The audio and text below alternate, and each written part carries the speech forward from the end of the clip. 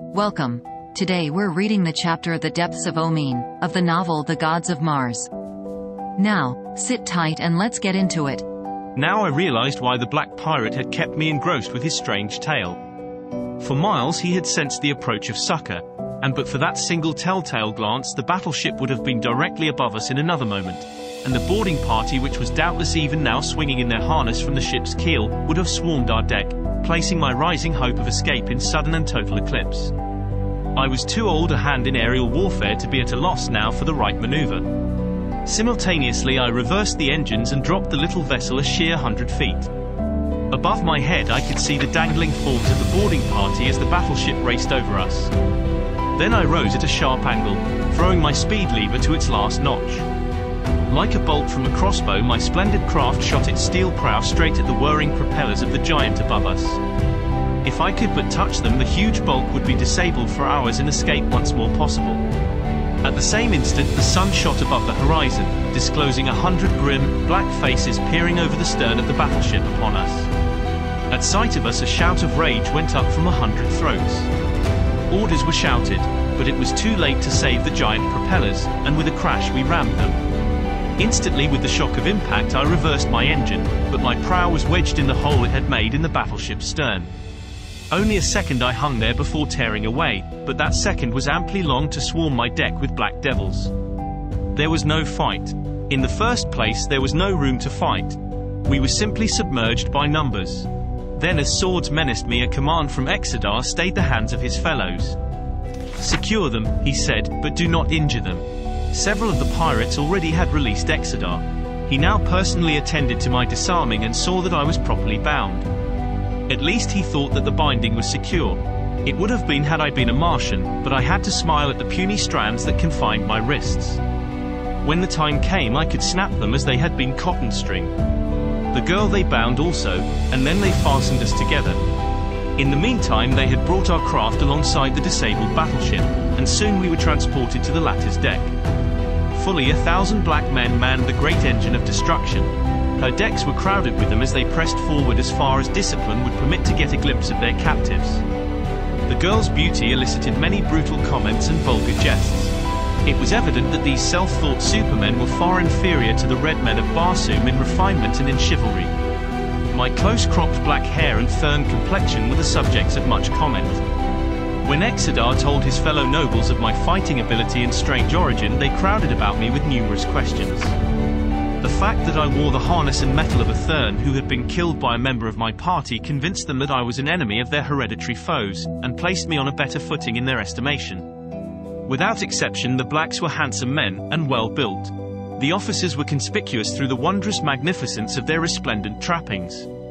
Many harnesses were so encrusted with gold, platinum, silver and precious stones as to entirely hide the leather beneath. The harness of the commanding officer was a solid mass of diamonds. Against the ebony background of his skin they blazed out with a peculiarly accentuated effulgence. The whole scene was enchanting. The handsome men, the barbaric splendor of the accoutrements, the polished skeelwood of the deck, the gloriously grained serapis of the cabins, inlaid with priceless jewels and precious metals in intricate and beautiful design, the burnished gold of handrails, the shining metal of the guns. Fedor and I were taken below decks, where, still fast bound, we were thrown into a small compartment which contained a single porthole. As our escort left us they barred the door behind them. We could hear the men working on the broken propellers, and from the porthole we could see that the vessel was drifting lazily toward the south. For some time neither of us spoke. Each was occupied with his own thoughts. For my part one was wondering as to the fate of Dejah Thoris and the girl, Saviour. Even if they succeeded in eluding pursuit they must eventually fall into the hands of either red men or green, and as fugitives from the valley door they could look for but little else than a swift and terrible death. How I wished that I might have accompanied them. It seemed to me that I could not fail to impress upon the intelligent red men of Barsoom the wicked deception that a cruel and senseless superstition had foisted upon them. Tardos Morse would believe me. Of that I was positive. And that he would have the courage of his convictions, my knowledge of his character assured me. Dejah Thoris would believe me. Not a doubt as to that entered my head. Then there were 1,000 of my red and green warrior friends whom I knew would face eternal damnation gladly for my sake. Like Dejah Thoris, where I led they would follow. My only danger lay in that should I ever escape the black pirates, it might be to fall into the hands of unfriendly red or green men. Then it would mean short shrift for me. Well, there seemed little to worry about on that score, for the likelihood of my ever escaping the blacks was extremely remote. The girl and I were linked together by a rope which permitted us to move only about 3 or 4 feet from each other. When we had entered the compartment, we had seated ourselves upon a low bench beneath the porthole. The bench was the only furniture of the room. It was of serapis wood. The floor, ceiling and walls were of carborundum aluminum, a light, impenetrable composition extensively utilized in the construction of Martian fighting ships. As I had sat meditating upon the future, my eyes had been riveted upon the porthole which was just level with them as I sat. Suddenly I looked toward Fedor. She was regarding me with a strange expression I had not before seen upon her face. She was very beautiful then. Instantly her white lids veiled her eyes, and I thought I discovered a delicate flush tingeing her cheek. Evidently she was embarrassed at having been detected in the act of staring at a lesser creature, I thought. "Do you find the study of the lower orders interesting?" I asked, laughing. She looked up again with a nervous but relieved little laugh. "Oh, very," she said, "especially when they have such excellent profiles." It was my turn to flush, but I did not. I felt that she was poking fun at me, and I admired a brave heart that could look for humor on the road to death, and so I laughed with her. "Do you know where we are going?" she said. "To solve the mystery of the eternal hereafter, I imagine," I replied. "I am going to a worse fate than that," she said, with a little shudder. "What do you mean?" "I can only guess," she replied, "since no Thurn damsel of all the millions that have been stolen away by black pirates during the ages they have raided our domains has ever returned to narrate her experiences among them. That they never take a man prisoner lends strength to the belief that the fate of the girls they steal is worse than death. Is it not a just retribution?" I could not help but ask. "What do you mean? Do not the Thurns themselves do likewise with the poor creatures who take the voluntary pilgrimage down the river of mystery? Was not Thuvia for 15 years a plaything and a slave? Is it less than just that you should suffer as you have caused others to suffer?"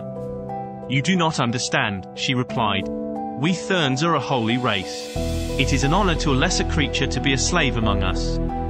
Did we not occasionally save a few of the lower orders that stupidly float down an unknown river to an unknown end, all would become the prey of the plant men and the apes. But do you not by every means encourage the superstition among those of the outside world?" I argued. "That is the wickedest of your deeds. Can you tell me why you foster the cruel deception? All life on Barsoom," she said, "is created solely for the support of the race of Thurns. How else could we live did the outer world not furnish our labor and our food? Think you that a Thurn would demean himself by labor? It is true then that you eat human flesh?" I asked in horror. She looked at me in pity and commiseration for my ignorance. "Truly we eat the flesh of the lower orders. Do not you also?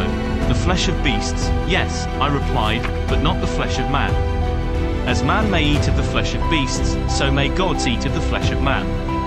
The holy Thurns are the gods of Barsoom." I was disgusted, and I imagined that I showed it. "You are an unbeliever now," she continued gently, "but should we be fortunate enough to escape the clutches of the black pirates and come again to the court of Matai Shang, I think that we shall find an argument to convince you of the error of your ways. And," she hesitated, "perhaps we shall find a way to keep you as one of us." Again her eyes dropped to the floor, and a faint color suffused her cheek. I could not understand her meaning, nor did I for a long time. Dejah Thoris was wont to say that in some things I was a veritable simpleton, and I guessed that she was right. "I fear that I would ill requite your father's hospitality," I answered, "since the first thing that I should do were I a Thurn would be to set an armed guard at the mouth of the river Ist to escort the poor deluded voyagers back to the outer world.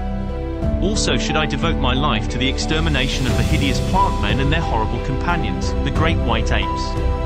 She looked at me really horror-struck.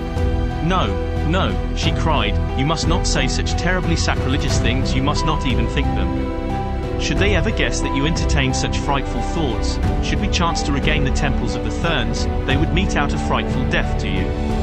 Not even my, again she flushed, and started over. Not even I could save you." I said no more. Evidently it was useless. She was even more steeped in superstition than the Martians of the outer world.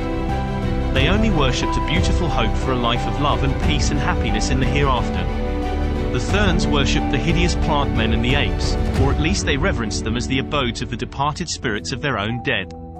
At this point the door of our prison opened to admit Exeter. He smiled pleasantly at me, and when he smiled his expression was kindly anything but cruel or vindictive. "Since you cannot escape under any circumstances," he said, "I cannot see the necessity for keeping you confined below.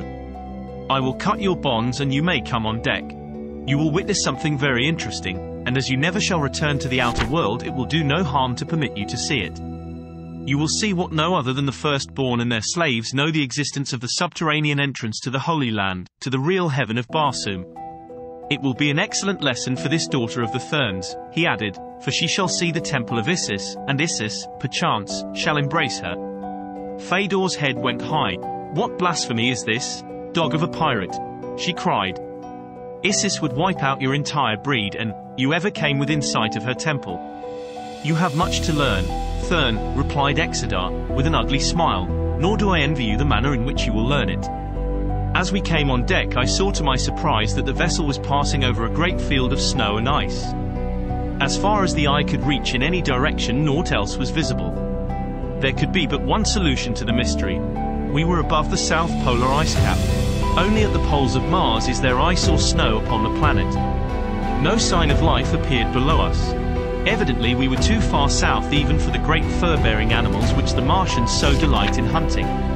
Exeter was at my side as I stood looking out over the ship's rail. "What course?" I asked him. "A little west of south," he replied. "You will see the Ots Valley directly. We shall skirt it for a few hundred miles." "The Ots Valley," I exclaimed. "But, man, is not there where lie the domains of the Therns from which I but just escaped?" "Yes," answered Exeter. "You crossed this ice field last night in the long chase that you led us. The Ots Valley lies in a mighty depression at the South Pole. It is sunk thousands of feet below the level of the surrounding country, like a great round bowl. 100 miles from its northern boundary rise the Ots Mountains, which circle the inner valley of Dor, in the exact center of which lies the lost sea of Korus. On the shore of this sea stands the golden temple of Isis in the land of the firstborn. It is there that we are bound." As I looked I commenced to realize why it was that in all the ages only one had escaped from the valley door. My only wonder was that even the one had been successful. To cross this frozen, wind-swept waste of bleak ice alone and on foot would be impossible. Only by airboat could the journey be made, I finished aloud. It was thus that one did escape the Therns in bygone times, but none has ever escaped the firstborn, said Exeter, with a touch of pride in his voice. We had now reached the southernmost extremity of the great ice barrier. It ended abruptly in a sheer wall thousands of feet high at the base of which stretched a level valley, broken here and there by low rolling hills and little clumps of forest, and with tiny rivers formed by the melting of the ice barrier at its base. Once we passed far above what seemed to be a deep canyon-like rift stretching from the ice wall on the north across the valley as far as the eye could reach. "That is the bed of the river Is," said Exeter. "It runs far beneath the ice field, and below the level of the valley Ots, but its canyon is open here." Presently I descried what I took to be a village, and pointing it out to Exeter asked him what it might be. "It is a village of lost souls," he answered, laughing. "This strip between the ice barrier and the mountains is considered neutral ground. Some turn off from their voluntary pilgrimage down the Is, and, scaling the awful walls of its canyon below us, stop in the valley. Also a slave now and then escapes from the Therns and makes his way hither. They do not attempt to recapture such, since there is no escape from this outer valley, and as a matter of fact they fear the patrolling cruisers of the firstborn too much to venture from their own domains. The poor creatures of this outer valley are not molested by us since they have nothing that we desire, nor are they numerically strong enough to give us an interesting fight, so we too leave them alone. There are several villages of them, but they have increased in numbers but little in many years since they are always warring among themselves.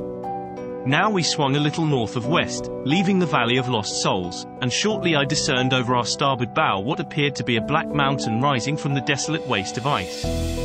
It was not high and seemed to have a flat top. Exeter had left us to attend to some duty on the vessel, and Fedor and I stood alone beside the rail. The girl had not once spoken since we had been brought to the deck. "Is what he has been telling me true?" I asked her. "In part, yes," she answered. "That about the outer valley is true, but what he says of the location of the temple of Isis in the center of his country is false. If it is not false, she hesitated. Oh, it cannot be true, it cannot be true. For if it were true, then for countless ages have my people gone to torture and ignominious death at the hands of their cruel enemies, instead of to the beautiful life eternal that we have been taught to believe Isis holds for us. As the lesser Barsoomans of the outer world have been lured by you to the terrible valley door, so may it be that the Therns themselves have been lured by the firstborn to an equally horrid fate, I suggested. It would be a stern and awful retribution, Fëdor, but a just one. I cannot believe it, she said.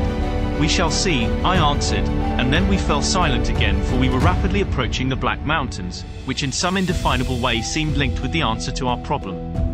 As we neared the dark, truncated cone, the vessel's speed was diminished until we barely moved. Then we topped the crest of the mountain, and below us I saw yawning the mouth of a huge circular well, the bottom of which was lost in inky blackness. The diameter of this enormous pit was fully 1,000 feet. The walls were smooth and appeared to be composed of a black, basaltic rock. For a moment the vessel hovered motionless directly above the center of the gaping void, then slowly she began to settle into the black chasm. Lower and lower she sank until as darkness enveloped us, her lights were thrown on, and in the dim halo of her own radiance the monster battleship dropped on and on down into what seemed to me must be the very bowels of Barsoom. For quite half an hour we descended, and then the shaft terminated abruptly in the dome of a mighty subterranean world. Below us rose and fell the billows of a buried sea. A phosphorescent radiance illuminated the scene. Thousands of ships dotted the bosom of the ocean. Little islands rose here and there to support the strange and colorless vegetation of this strange world. Slowly and with majestic grace the battleship dropped until she rested on the water. Her great propellers had been drawn and housed during our descent of the shaft, and in their place had been run out the smaller but more powerful water propellers. As these commenced to revolve, the ship took up its journey once more, riding the new element as buoyantly and as safely as she had the air. Fëdor and I were dumbfounded. Neither had either heard or dreamed that such a world existed beneath the surface of Barsoom. Nearly all the vessels we saw were warcraft. There were a few lighters and barges, but none of the great merchantmen such as ply the upper air between the cities of the outer world. Here is the harbour of the navy of the firstborn, said a voice behind us, and turning we saw Exodar watching us with an amused smile on his lips. This sea, he continued, is larger than Korus. It receives the waters of the lesser sea above it. To keep it from filling above a certain level, we have 4 great pumping stations that force the oversupply back into the reservoirs far north, from which the red men draw the water which irrigates their farmlands. A new light burst on me with this explanation. The red men had always considered it a miracle that caused great columns of water to spurt from the solid rock of their reservoir sides to increase the supply of the precious liquid which is so scarce in the outer world of Mars. Never had their learned men been able to fathom the secret of the source of this enormous volume of water. As ages passed, they had simply come to accept it as a matter of course and ceased to question its origin. We passed several islands on which were strangely shaped circular buildings, apparently roofless, and pierced midway between the ground and their tops with small, heavily barred windows. They bore the earmarks of prisons, which were further accentuated by the armed guards who squatted on low benches without, or patrolled the short beach lines. Few of these islets contained over an acre of ground, but presently we sighted a much larger one directly ahead. This proved to be our destination, and the great ship was soon made fast against the steep shore. Exodar signaled us to follow him, and with a half-dozen officers and men we left the battleship and approached a large oval structure a couple of 100 yards from the shore. You shall soon see Isis, said Exodar to Fëdor. The few prisoners we take are presented to her. Occasionally she selects slaves from among them to replenish the ranks of her handmaidens. None serves Isis above a single year, and there was a grim smile on the black's lips that lent a cruel and sinister meaning to his simple statement. Fëdor, though loath to believe that Isis was allied to such as these, had commenced to entertain doubts and fears. She clung very closely to me, no longer the proud daughter of the master of life and death upon Barsoom, but a young and frightened girl in the power of relentless enemies. The building which we now entered was entirely roofless. In its center was a long tank of water, set below the level of the floor like the swimming pool of a natatorium. Near one side of the pool floated an odd-looking black object. Whether it was some strange monster of these buried waters, or a queer raft, I could not at once perceive. We were soon to know, however, for as we reached the edge of the pool directly above the thing, Exodar cried out a few words in a strange tongue. Immediately a hatch cover was raised from the surface of the object, and a black seaman sprang from the bowels of the strange craft. Exedar addressed the seaman. "Transmit to your officer," he said, "the commands of Dejah Exedar. Say to him that Dejah Exedar, with officers and men, escorting 2 prisoners, would be transported to the gardens of Isis beside the Golden Temple." "Blessed be the shell of thy first ancestor, most noble Dejah," replied the man. "It shall be done even as thou sayest," and raising both hands, palms backward, above his head after the manner of salute which is common to all races of Barsoom, he disappeared once more into the entrails of his ship. A moment later an officer resplendent in the gorgeous trappings of his rank appeared on deck and welcomed Exedar to the vessel, and in the latter's wake we filed aboard and below. The cabin in which we found ourselves extended entirely across the ship, having portholes on either side below the waterline. No sooner were all below than a number of commands were given, in accordance with which the hatch was closed and secured, and the vessel commenced to vibrate to the rhythmic purr of its machinery. "Where can we be going in such a tiny pool of water?" asked Fedor. "Not up," I replied, for I noticed particularly that while the building is roofless it is covered with a strong metal grating. "Then where?" she asked again. "From the appearance of the craft I judge we are going down," I replied. Fedor shuddered. For such long ages have the waters of Barsoom seas been a thing of tradition, only that even this daughter of the Therns, born as she had been within sight of Mars' only remaining sea, had the same terror of deep water as is a common attribute of all Martians. Presently the sensation of sinking became very apparent. We were going down swiftly. Now we could hear the water rushing past the portholes, and in the dim light that filtered through them to the water beyond the swirling eddies were plainly visible. Fedor grasped my arm. "Save me," she whispered. "Save me and your every wish shall be granted. Anything within the power of the Holy Therns to give will be yours." "Fedor," she stumbled a little here, and then in a very low voice, "Fedor already is yours." I felt very sorry for the poor child, and placed my hand over hers where it rested on my arm. I presume my motive was misunderstood, for with a swift glance about the apartment to assure herself that we were alone, she threw both her arms about my neck and dragged my face down to hers. Did you enjoy today's chapter of The Gods of Mars? Why not subscribe and ring the bell?